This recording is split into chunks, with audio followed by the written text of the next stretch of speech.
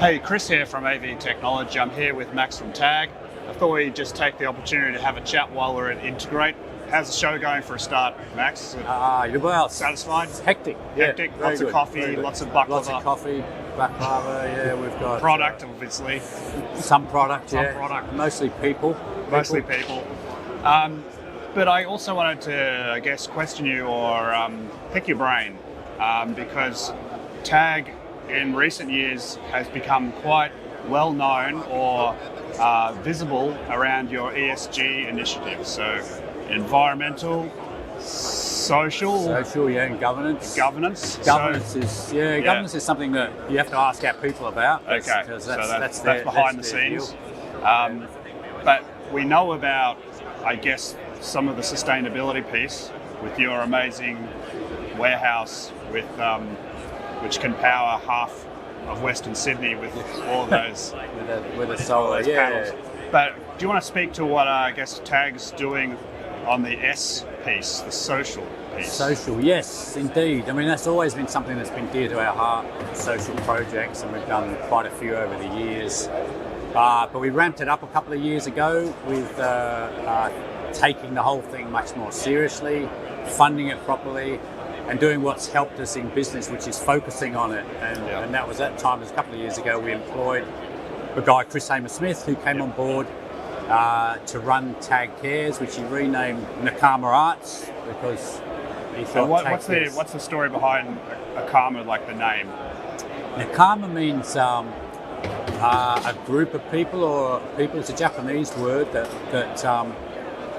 helps or mentors others. So that's what Nakama means, and that's exactly what we're trying to do. Right. We're trying to give opportunities to people who, particularly young people who might not have opportunity. And so we're working with kids with physical disabilities, mental health issues, and we've been drawn more and more into the First Nations space, where that's where we've been probably spending the most of our time over the last few years.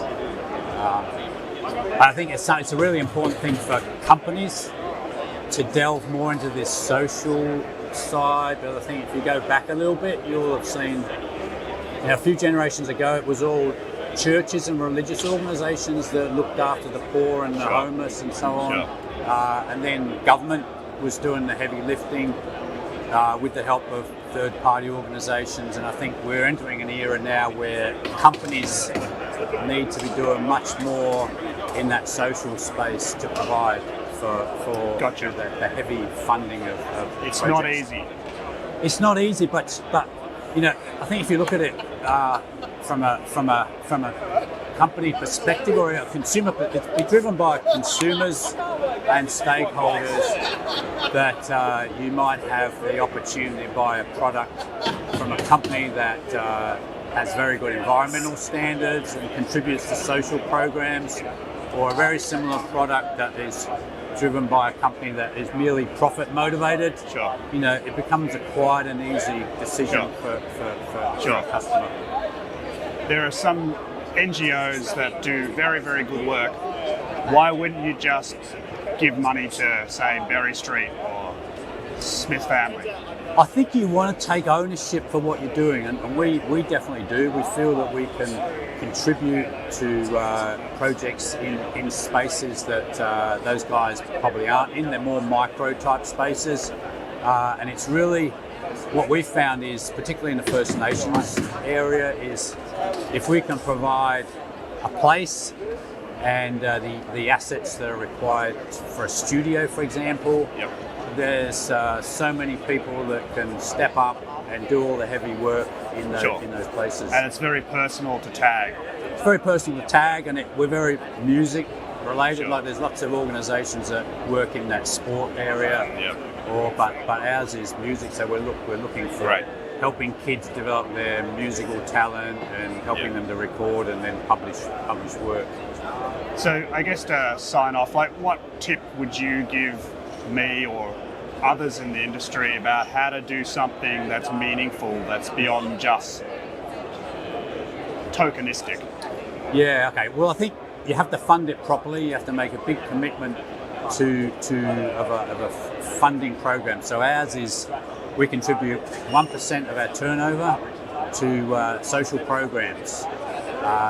So this year that's about 800,000. We've spent a bit more than that, but next year, hopefully, as our sales increase, that'll go up accordingly. But it needs to be for us. It needs to be committed out of a sales revenue, not out of profit. Profits can come and go, but sales revenue, hopefully, is relatively stable and increasing. Well, it's amazing to hear, and I think the thing that maybe impresses me most is I know that you're not a self-publicist, but you've made the step, you made the decision to go public, I guess, with what you're doing in an understated way, but to try and, I guess, bootstrap or raise expectations in your peers to like, hey, this is possible, this is something we can all do. So I congratulate you on that. Yeah, well, I know it's probably not your we don't sweet spot. We don't particularly like the limelight, but it is important and same with the environmental programs that we're not competing with anyone. We're all doing. It's not a competition. Doing what we can, and we can help each other to make the planet a better place. In the same way, with the social programs, we're not competing with anybody. Let's all do different things or do things together. Good stuff. Thanks, Max. Thanks, Chris. Have a great show. You too.